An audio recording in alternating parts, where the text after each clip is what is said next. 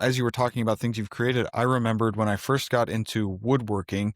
We're newly married, it's a lot cheaper to buy dimensional lumber and screw it together than to go looking for something nice. So I was trying to make a pair of shelves, and I thought, well, 2x4s are good, but 2x10s are even better. So I made these Ooh. shelves that weighed about 600 pounds each, and I screwed them together.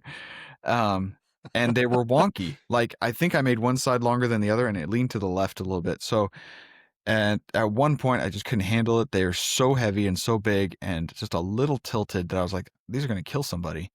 So after probably 8 months, I took them downstairs, and in a generous splurge of money, my wife bought me a carpenter square, which is about a 92-cent plastic square that you set on the edge of a piece of wood to tell you when you're a square, which I did not have Mr. at the freaking time. Moneybags over here. Yeah, it was embarrassing. Well, what I found was that most of the actual shelves in there were not cut square. And in fact, the side panels of my shelves were not cut square. And that I was basically not as good as I thought I was. It was hours of humbling work of trying to figure out how to do this, thinking I'd done it right, measure, measure, measure, do it the best, and find out it was all wrong, up to like an eighth of an inch, which is a big deal for tall Wow. shelves. And I came to terms with it. My wife would come down and make some comment about like, oh, they're not square, huh? And that feeling of like, God, I know they're not. Like, why would you say that? And I realized that comes up in me, and I was like, but she's like, I was saying that to myself. And Mm-hmm. um, I found myself being very prideful as I was creating. I'm very impatient as I was creating. And then when it was done and it was done right, I was satisfied, and I'd created Hmm. something.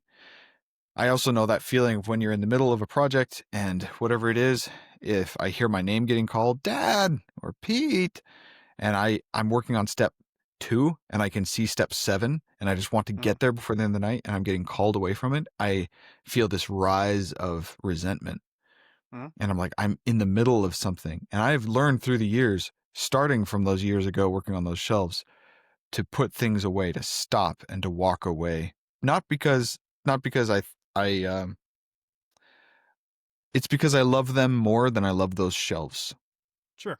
I love them more than the project. But don't think I would know that as strongly about myself, and I wouldn't have the experience of practicing fighting it. I learned about it in a really big way. I'm impatient, and then I got practice in fighting it over and over and over again to where my name was called, and that resentment would well up because I'm doing something, and I'd be like, "Well, I do not want to be that type of man. I don't want to be that type of person." Mm-hmm. And I could put down the tools and walk away, and eventually going from resentment, what do you want, to just doing it, yeah, I'm here, to, hey, what's going on, what do you need? And it's been a journey, and I think it has been facilitated by creation, by Yeah. my desire to create.